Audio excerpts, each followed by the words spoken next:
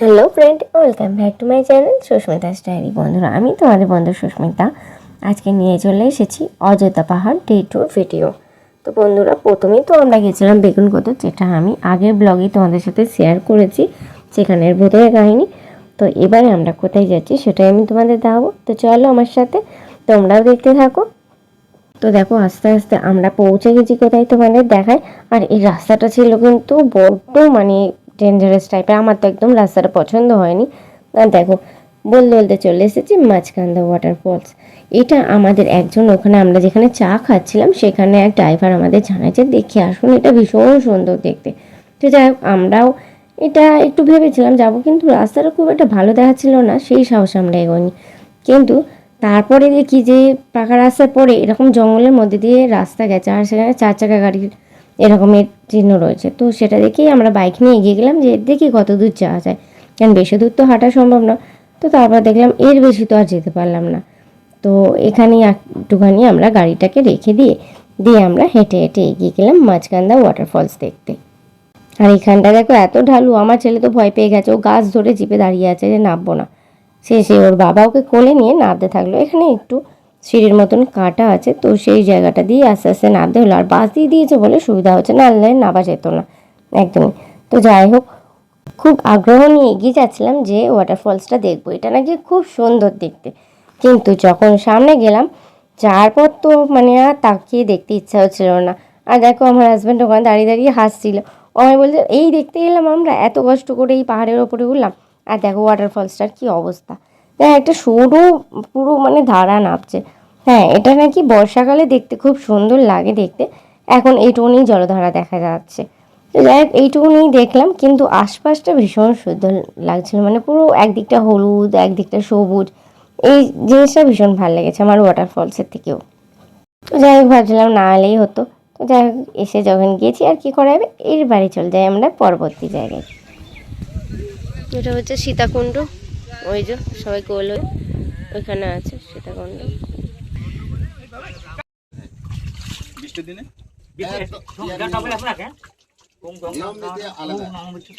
আর ওইখানে আপনাদের মনে যদি সংকোচ আছে, ওইখানে আপনি একটা কোনো জিনিস ওইখানে দিন। হ্যাঁ, বুঝলেন? হ্যাঁ, এত বড় পাখনে ঢেলে ঢালুন, বুঝলেন, ওইখানটায়। হ্যাঁ, আর ওখানে খালি ভিতরে চলে যাবে, আপনিও বুঝতে পারবেন যে কতটা ভিতরে। তো বন্ধুরা দেখো, যেখানটা বুদবুদ খাচ্ছে সেই জায়গাটার কাহিনী নিয়ে এই সীতাকুণ্ডটা তৈরি হচ্ছে। রাম যখন সীতাকে নিয়ে বনবাসে যাচ্ছিল, তখন সীতার নাকি একসময় খুব জল পিপাসা পায়। আর তখন রাম তার ধনুক দিয়ে এইখানে তীর ভেদ করেছিল, আর তার ফলে এখান থেকে জলের সৃষ্টি হয়েছিল। আর সেই থেকে এখনো অবধি এই জায়গাটা বুদবুদ খেয়ে যায়, আর তার নাম অনুযায়ী এটার নাম হয়ে গেছে সীতাকুণ্ড। আর এখানে যতই বৃষ্টি হোক না কেন, জল বাড়েও না, আবার খরা দেখা দিলেও জল কমেও না। এটা একটা দৈবিক কাহিনী বলতেই পারো, তাদের ওখানে লোকজনদের কথা অনুযায়ী। আর ওখানে বুদবুদটা এত জোরে হচ্ছে যে ওখানে একটা কিছু ফেললে সঙ্গে সঙ্গে সেটা টেনে নিয়ে নিচ্ছে আর স্পিডে চলে যাচ্ছে। ওটা যে কত গভীর অবধি গেছে তার কোনো ঠিক নেই। আর পাশেই আবার এখানে একটা জায়গা করেছে ওরা, শিব ঠাকুরের মধ্যে শিলা দিয়ে কিছু একটা পুজো করছে। তো যাই হোক, সেটা দেখে এরপরে আমরা চলে যাব তার পরবর্তী জায়গাটায়। তো চলো তোমাদের সেখানে নিয়ে যাই। আর এখানে দেখো, সেখানে বাসিন্দারা এখান থেকে ফল এটা ওটা জিনিসপত্র নিয়ে এসে এখানে বিক্রি করছে। আমি ওপরে উঠে আস্তে আস্তে ওইদিকে বর গাড়ি নিয়ে চলে এসেছে ছেলেকে নিয়ে। তো চলো এবার যাই। সীতাকুণ্ড দেখা গেল। দুর্গা মন্দিরটা কোন দিকে? এবার যাবো দুর্গা মন্দির। ওটা বন্ধুরা, এই দুর্গা মন্দিরে এখানে একটা দুর্গা মন্দিরও আছে, প্লাস একটা মনসা মন্দিরও আছে। আর দুর্গা মন্দিরটা যেখানে আছে, এই দুর্গা ঠাকুরের বুকের কাছে একটা প্রদীপ জ্বলে, ওখানে ক্যামেরা অ্যালাউ নেই, তার জন্য দেখানো যায়নি। আর যেখানে মনসা মন্দিরটা আছে, ওটা হচ্ছে একটা বিশাল বড় ওই ঢিবি, সেখানেতে সাপ বেরোয় এখনো অবধি। সেটা ভোর 5:30টার সময় একবার বেরোয়, যেটা দেখাটা হেবি ভাগ্যের ব্যাপার বলে। আর দুপুরবেলা একবার বেরোয়। আর 3 বছর অন্তর একটা বিশাল বড় সাপ আছে, সব থেকে যেটা বড়, সেটা 3 বছর অন্তর অন্তর দেখা দেয়। তো এটাও আমরা ওই ড্রাইভার দাদার কাছেই শুনি, তো তিনি বলাতেই আমরা এই জায়গাটা আসি। আর তারও পাশে একটা আছে রাম মন্দির, ওটা তখন মানে বন্ধ ছিল বলে আর আমরা বাইরে থেকে দর্শন করে চলে এসেছি, তো ভেতরে ঢোকা যায়নি। এখানে তো ক্যামেরা অ্যালাউ নেই, এখানেও তো দেখাতে পারলাম না, নাহলে মানে ওই টিভিটা দেখে মানে ভীষণ ভয় লাগছিলো। আর তার আগে ওখানেতে সবাই বলছিল যে সাপটা কিছুক্ষণ আগেই চলে গেছে, তো কোথায় গেছে তা বোঝা যাচ্ছে না। ওই দেখো ওই যে নীলঘরটা এই যে এখানেতে আছে, ওই দেখো সামনের দিকে একটুখানি ওই টিভিটা দেখাও যাচ্ছে, দূর থেকে দেখালাম তোমাদের, তো ভয়ও লাগছিলো যার জন্য। আর এরপর আছে একটা মজার কথা, সেটা হচ্ছে এই যে সীতাকুণ্ড আর দুর্গা মন্দিরটা দেখালাম, দুটোই ছিল আমাদের হোটেলের একদম পাশে। মানে আমরা ধরো ডান দিক দিয়ে যাই যখনই বেরোই মেন রোডেতে, আর ঠিক বাঁ দিকের গলিটা ধরে গেলেই পরে এটা একদম মানে আমাদের হোটেলের সামনে। এখান থেকে আমরা কতবার যে যাতায়াত করছি তার ঠিক নেই, কিন্তু আমরা শুধু জানতাম না বলে যেতে পারিনি। রাত হয়ে গেছে, এই যে এখন আমরা পাহাড়ের নিচে এসেছি চা খেতে, এবার যাবো পাহাড়ের উপরে, দেখা যাক কেমন রাস্তা হয়। ওই যে পাহাড়ের উপরে দেখাই যাচ্ছে না অন্ধকার এত।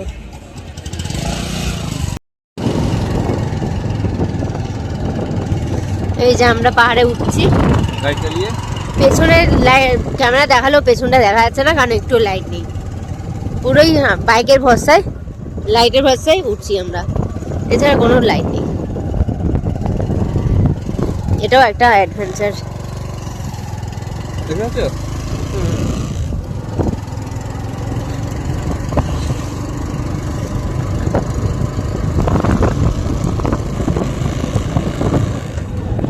পাহাড়ের নিচে গেছিলাম, ওই নিচে গেছিলাম আমরা চা খেতে, ওই মন্দিরে ওখানে খুব সুন্দর চা করে, তাই জন্য ওখানে চা খেতে গেছিলাম। আর একটু শপিংও করতে ইচ্ছা হচ্ছিল, তাই দেখতে গেছিলাম যে আর কিছু পাওয়া যায় কি।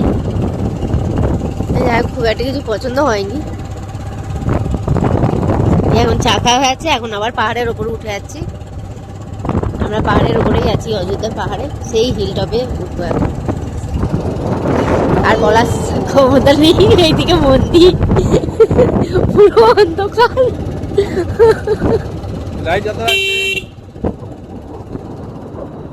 মানে আর কিছু দেখাতেও পারবো না, এই বাইকের এইটুকুতেই আমায় দেখাতে হবে, কারণ চারিদিকে আর কোনো লাইট নেই। আবার ওই আপার ড্যামে গিয়ে লাইট পাবো, ওইটুকু। কালকে রাতেও বেরিয়েছিলাম একই অবস্থায়, কিন্তু ভালো লাগছে ব্যাপারটা, অ্যাডভেঞ্চার। ওই যে সামনে বসে আছে, ডাইরেকশন দিচ্ছে করছে আর প্রচুরই ডাইরেকশন দিচ্ছে।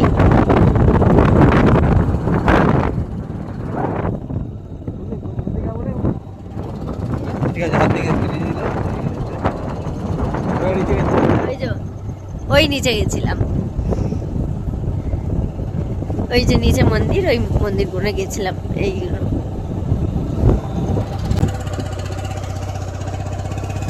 মাথার উপর চাঁদ আর সাথে আছে পাহাড়।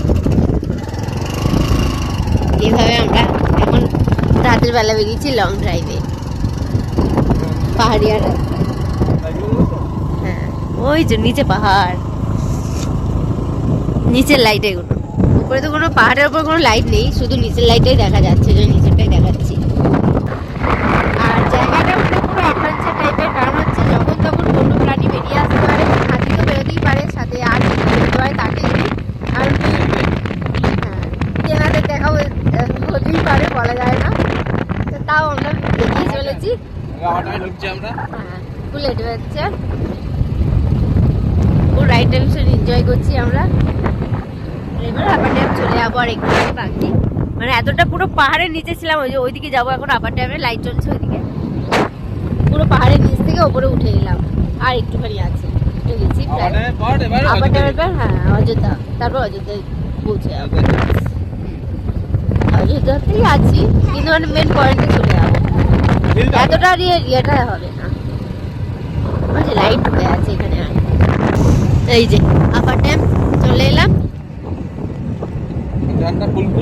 হ্যাঁ হেভি ঠান্ডা হাওয়া দিচ্ছে, ভালো তো লাগছেই।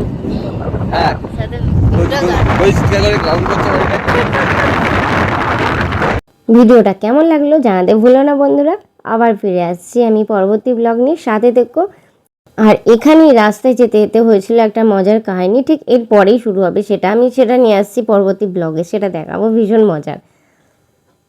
তো বন্ধুরা, তোমাদের পাহাড় থেকে নিচের নাইট ভিউটা দেখাতে দেখাতে আমি আজকের ব্লগটা শেষ করলাম। সবাই ভালো থেকো, সুস্থ থেকো, আর চাই আমি টাটা।